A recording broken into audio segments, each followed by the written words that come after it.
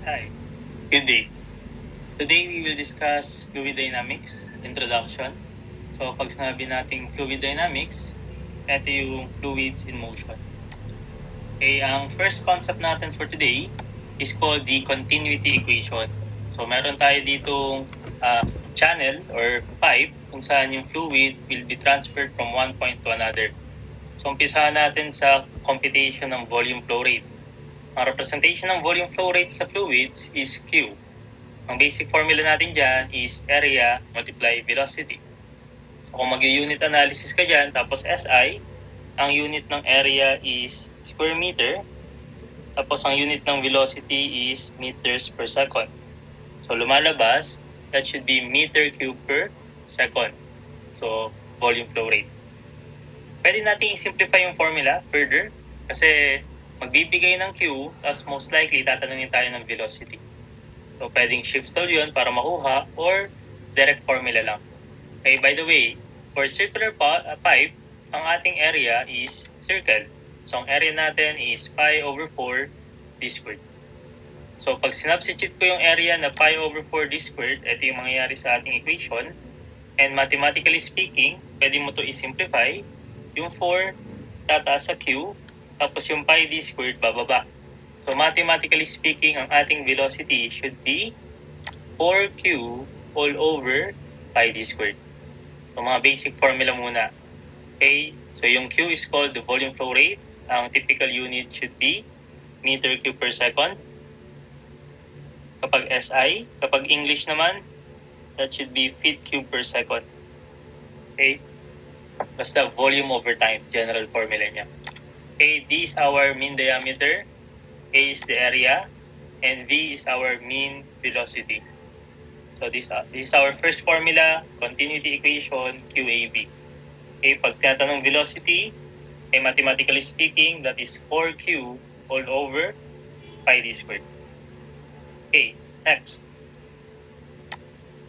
Okay, under continuity equation, may tinatawag tayong incompressible fluids and compressible fluids. Pag sinabi mong incompressible fluids, ito yung ideal fluids. Okay, yung compressible naman, these are actual fluids. Ano yung mga dapat tandaan? So ito yung tatandaan. For incompressible fluids, yung volume flow rate should be constant. Okay? For compressible naman, the mass flow rate should be constant. So yun yung main difference. So again, ang formula ng Q is area times velocity. Ibig sabihin ng constant, yung 0.1 tsaka 0.2 parehas. So pag nag-calculate tayo mathematically speaking, area 1 velocity 1 should be the same sa area 2 velocity 2. So this is for incompressible fluids. Pwede mo pa ito i-simplify further para mas mabilis kasi yung area is pi over 4 d squared. So technically speaking, lagi naman mag-cancel out yung pi over 4. So para mabilis tayo makapag-solve, you can use this derived formula. Ang formula naman ng mass flow rate ay na-discuss sa thermodynamics, that is rho AV. So since this is constant, ibig sabihin nun, M1 equivalent sa M2. So pag sinubstitute ko yung rho AV, magiging rho 1, area 1, velocity 1, it be the same sa rho 2, area 2, velocity 2. So Q is for volume flow rate, M dot is mass flow rate, rho is density, area, and then mean velocity. So ito yung mga working formula natin. Pag walang sinabi, assumption talaga natin, laging ideal fluids. So ito yung madalas magamit, if not stated. Pero pag binanggit na compressible, lagyan nyo lang ng density. Okay, next. Okay, Reynolds number. Okay, sa fluid dynamics, kailangan nating mag-calculate ng Reynolds number.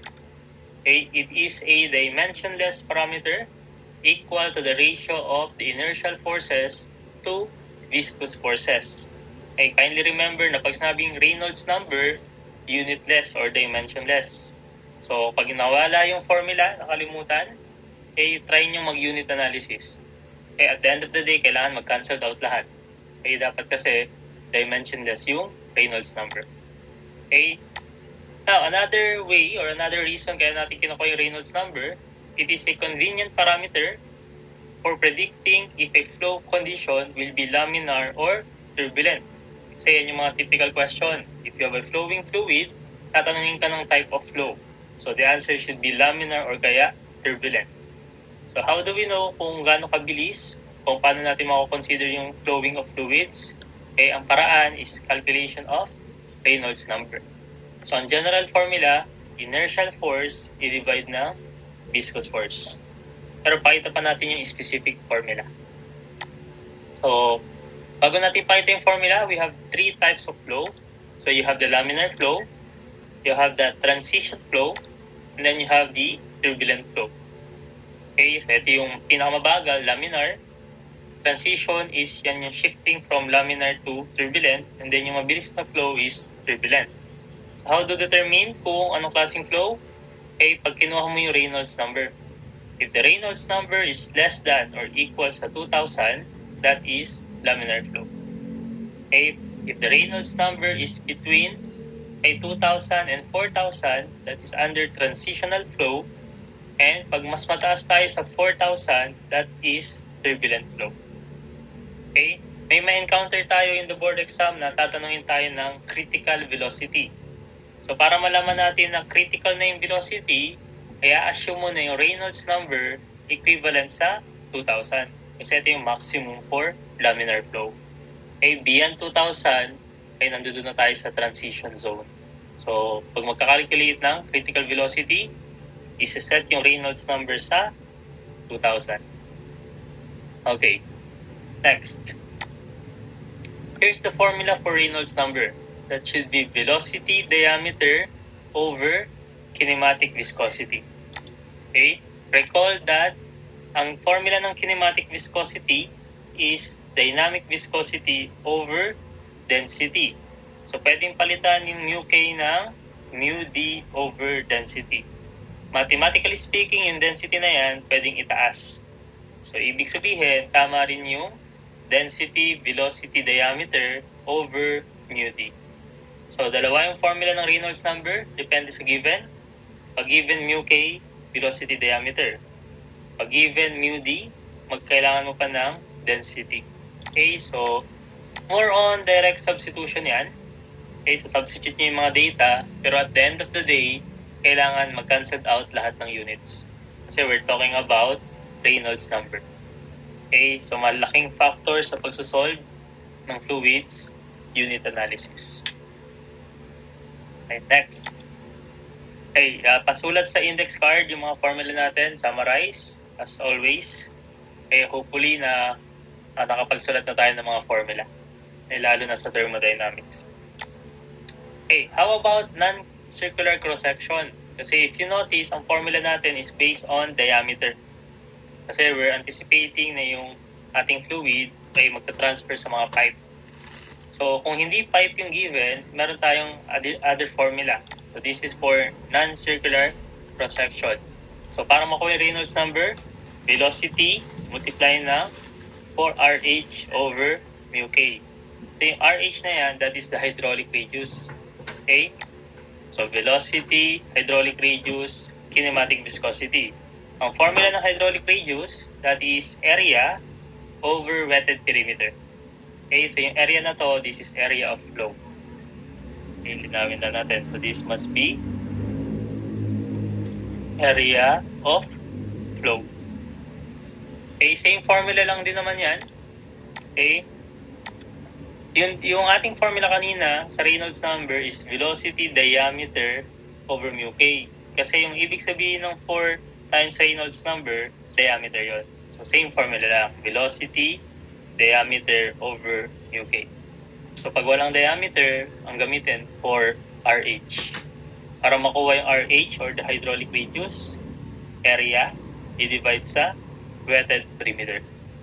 These are the basic formula sa ating introduction. Now, let's solve sample problem. Okay, problem number 1. The mean velocity of a 40-degree water in a 44.7 millimeter inside diameter tube is 1.5 meters per second. The kinematic viscosity is 6.58 times 10 raised to negative 7 meter squared per second. What is the Reynolds number? So obviously, ang given sa atin is the diameter, the velocity, and the kinematic viscosity. Tapos, yung nawawala is the Reynolds number.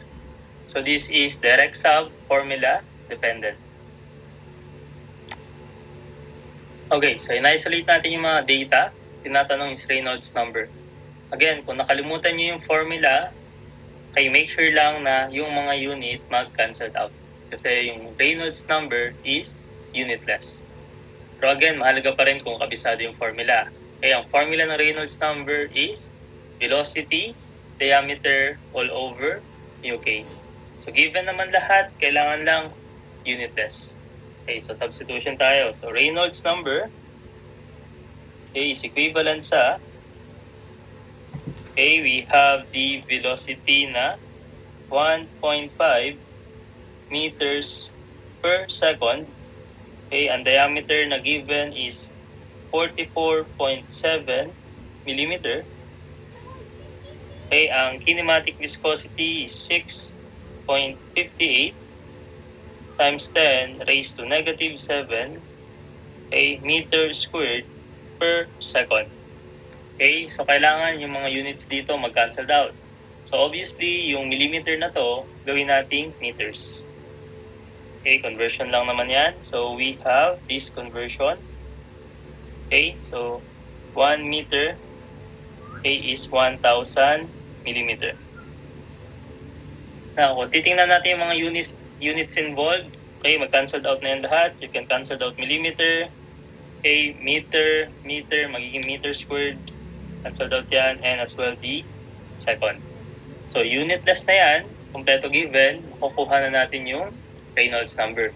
So, calculator na lang. So, you have 1.5, okay, 44.7, so, kailangan i-divide ng 1,000. So, yung 1,000 is conversion lang naman. Okay, all over 6.58 times 10 raised to negative 7. Press equal sign, makuha natin yung Reynolds number. So that should be 101,899.696. Pwede mo to i-move ng 5 beses. So 1, 2, 3, 4, 5. So since minove natin ng 5 beses yan, so pwede siya i-write as 1.02 times 10 raised to 5. So this is our Reynolds number, A, velocity diameter over mu k. So simple question, direct sub, unit analysis. Problem number 2. A fluid with a kinematic viscosity na 2.5 times 10 raised to negative 5, a feet squared per second, is flowing at 0.1 feet per second from the orifice na 3 inches in diameter. How can the fluid be described? So, pinag-uusapan dito yung flow. So, meron tayong 3 possible answer. We have the laminar, the turbulent, okay, and then in transition, or kaya naman, the fluid is in turbulence, pero cannot be calculated from the given information. Now, kung titingnan mo yung data, you have the kinematic viscosity, 2.5 times 10 raised to negative 5. So, you have mu k.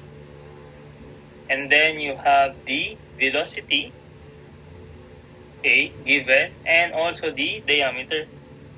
So, given yung tatlong data na yan, okay, considering na given yung velocity, diameter, tsaka mu k, definitely, pwede nating i-calculate yung Reynolds number.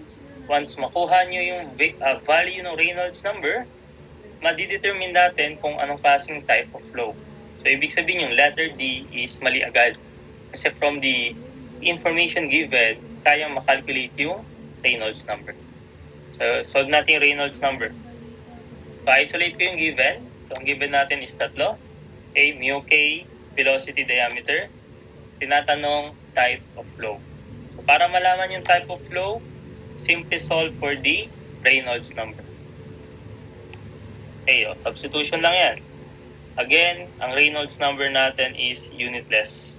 Okay, so kailangan mawala yung unit. Our velocity is 0.1 feet per second. Ang ating diameter is 3 inches. And then, ang kinematic viscosity is 2.5 times 10 raised to negative 5 feet squared per second. So, kailangan unitless yan. So, obviously, ito lang naman yung problema, yung inches. Kailangan siya gawing feet para mag-cancel out lahat. So, conversion lang yung nanditong part. Okay, so you have 1 foot. Equivalent yan sa 12 inches. So, with that, mag-cancel out na yung inches. Okay, feet tsaka feet, magiging feet squared. I-cancel out dito, and then you have seconds. So, this is now unitless. Okay, pipindutin na lang sa calcu, then we can get the Reynolds number. Okay, so we have 0.1. Okay, multiply natin na 3. Okay, divide ko lang ng 12 for conversion purposes. Over 2.5 times 10 raised to negative 5. Okay, so press your calculator, makukuha natin yung Reynolds number. So, ang value ng Reynolds number is equivalent sa 1,000.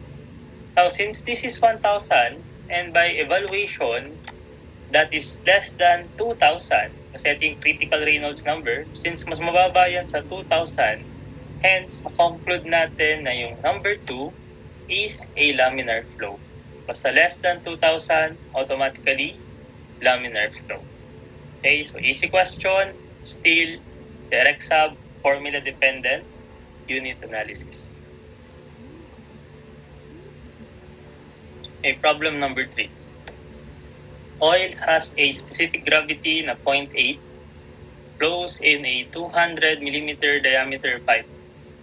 Find the critical velocity if mu is 8.14 times 10 raised to negative 2 Pascal second. Okay, analyze. So you have the specific gravity, Sg, na 0.8. You have the diameter na 200 mm. Okay, ang tinatanong is the critical velocity, and we have given na viscosity. Yung viscosity na ito, na 8.14 times 10 raised to negative 2, hindi binanggit whether dynamic or kinematic. Pero based on the units, papansinin niyo yung units, this is Pascal second. Pag nakita niyo yung term na Pascal second, that is implied na dynamic viscosity. So, dapat malinaw sa atin yung mga given. So, hindi binanggit, pero based on the unit, dynamic viscosity. So, you have Sg, inside diameter, and then the dynamic viscosity. Okay, ang question dito is the critical velocity. Based on our discussion kanina, malalaman natin na yung object is flowing at a critical velocity if the Reynolds number is equivalent dun sa 2,000. Kasi yun yung maximum value for laminar flow. So, isi-set mo lang yung Reynolds number sa 2,000, then kukuha nyo na yung critical velocity. So, hopefully, kabisado formula, unit analysis tayo, and then masasagutan pa. Okay, substitution. Okay, so substitution tayo. Critical velocity is 2,000. Okay, para makuha yung critical velocity, isi-set yung Reynolds number sa 2,000. Tapos, gamitin lang yung formula na ito. May pinaliwanag to kanina. Reynolds number is density, velocity, diameter over mu d. Okay, ang dynamic viscosity given, okay, Reynolds number, i-assume mo na 2,000. Okay, ang diameter is also given. Tapos, ang nawawala lang yung velocity. Pero wala rin tayong density. Okay, anyway, ang density can be solved using Sg. So, kaya nagbigay ng Sg.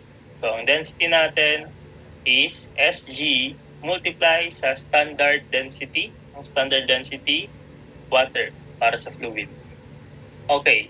Density ng water constant, Sg given. So, by analogy, lahat naman ng data or kailangan is given, masasolve natin yung velocity. Okay, so substitution na lang to.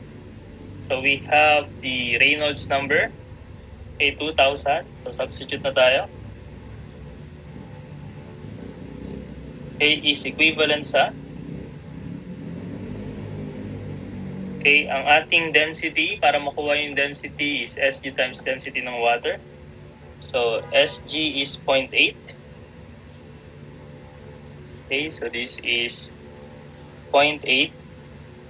Multiply natin ang density ng water. Ang density ng water sa SI is 1,000 okay, kilogram per cubic meter. Okay, so we have our density. So ito yung pinaka-density natin. Sg times density ng water. Velocity critical is being asked. So yan yung nawawala. So critical velocity. Okay, ang unit natin dyan is meters per second. Okay, and then you have the diameter. Okay, ang diameter natin is 200 millimeter. Okay, ang ating dynamic viscosity is 8.14 okay, times 10 raised to negative 2. Okay, ang ibig sabihin ng Pascal is Newton kada meter squared. Okay, that is Pascal, tapos seconds. Okay, again, pag sinabing Reynolds number, unitless. So, kailangan yung mga units dito magka-cancelled out. So, analyze natin. Okay, magpasok ako ng mga converting factor. Okay, i-convert ko yung millimeter papuntang meters, obviously. So, you have 1 meter. So, this is 1,000 millimeter. Okay, so, conversion lang yun nandito. So, cancelled out na yung millimeter. And then, by definition, kung i-define ko yung Newton, okay, para makita lang natin na magka-cancelled out lahat, ang definition ng Newton is kilogram meter per second squared. Okay, so lahat na ng units magka-cancelled out dito. Okay, so cancelling ko na yung Newton. Okay, cancelling na rin natin itong kilogram. Okay, and etong meter cube tsaka meter squared, simplify na lang natin yan. So, okay, mag-cancelled out na yung meter squared. Okay, magiging yung meter cube dito magiging meter na lang. Tapos you have meter, so meter squared. Tapos sa taas, meter squared as well. So lahat ng meters cancelled out. You have second, so magiging second squared dito. Tapos meron tayong second squared dyan, cancelled out as well. So lahat ng units nawala. So makukuha na natin yung critical velocity. So, ang kailangan lang pala, etong millimeter gawing meters. Yun lang yung ginawa nating conversion. Okay, so calculator na lang yan. So, 2,000. Okay, ang density natin is 0.8 times density ng water. Okay, ang nawawala is the critical velocity. So, assume ko na variable x. Etong millimeter, gawin kong meters. So, ang gagawin dyan is 200 i-divide ng 1,000. So, yung 1,000 is conversion. Sa baba is 8.14 times 10 raised to negative 2. So, one unknown, one equation, shift solve, makukuha natin yung critical velocity.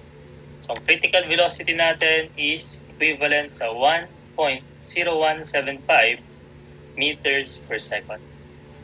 So, tandaan yung formula, kabisaduhin yung critical velocity, Reynolds number 2,000. This is problem number 3. Okay, problem number 4.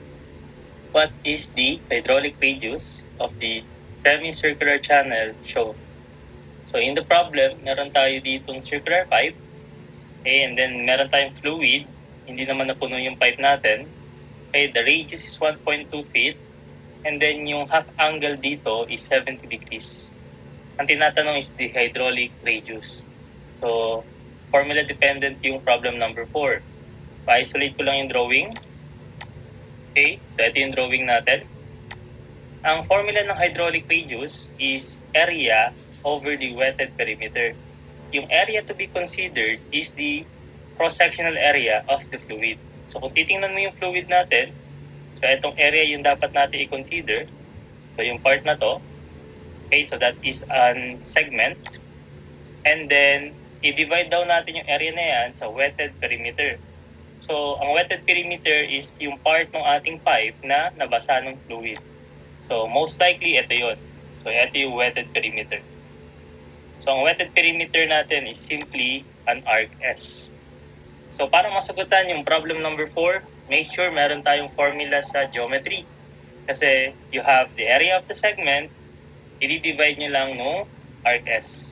Okay, hopefully naalala, area ng segment is equivalent sa area ng sector minus area ng triangle. Kasi yung isang part na ito, ang tawag dito, sector. Yung pizza is called sector. Pag sinubtract mo yung triangle, so may triangle dito, yung puti, ang matitira na lang is the segment. So sana naalala yun. Okay, so diretsuhin na natin. Kaya naman yan sa calculus. So we have the hydraulic radius is equivalent sa area ng sector. Ang pinaka-shortcut natin dyan is pi r squared theta. Okay, so sulat ko yung formula. Okay, ang formula natin sa sector is area ng bilog, pi r squared. Since part lang yan ng bilog, theta over 360. Okay, para naman sa ating triangle, sana naalala nyo yung 1/2 AB sin theta. Okay, so hopefully familiar tayo dun. Now, yung theta na yan is yung buong angle na to. Yung 70 degrees is only yung kalahati ng central angle. So, ang kailangan nating kunin is yung buong angle. Okay? Okay, move lang natin itong part na to. Okay? Substitution lang naman yan. So, RH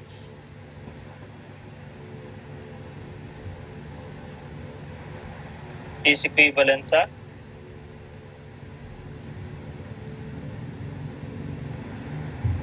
ang area ng sector is pi. Ang radius natin is 1.2 squared theta.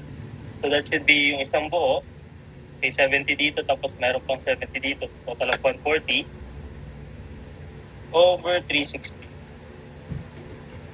Minus yung area ng triangle, 1/2 AB sin theta. Yung A at B parehas 1.2. So, lagay ko na lang 1.2 squared.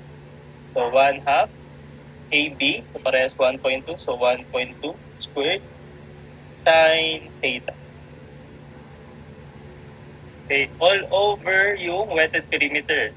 Ang wetted perimeter natin, formula is, ang formula ng arc S, para mas madali, that is 2 pi r, part lang siya ng bilog, so theta over 360. Okay, sana naalala niyo yung mga formula shortcut. So this is 2 pi radius. Since part lang yan ng bilog, shortcut natin is theta over 360.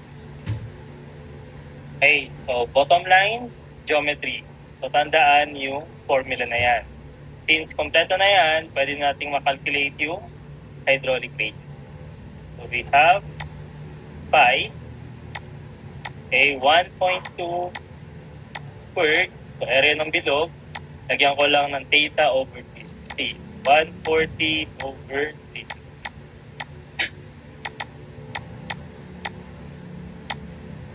Minus yung triangle natin na 1/2 AB. So you have AB parehas 1.2, kaya magiging squared, sin 140. All over yung arc S, yung wetted perimeter na 2 pi r. Part lang yan ng bilog, so theta over 360. So magiging mahirap yung problem pag nakalimutan yung formula ng geometry. Pero kung kabisado all the time, solvable naman yung number 4. So press equal sign, lumalabas ang ating hydraulic radius is equivalent sa 0.44 feet. Okay? So, that's it. This is problem number 4.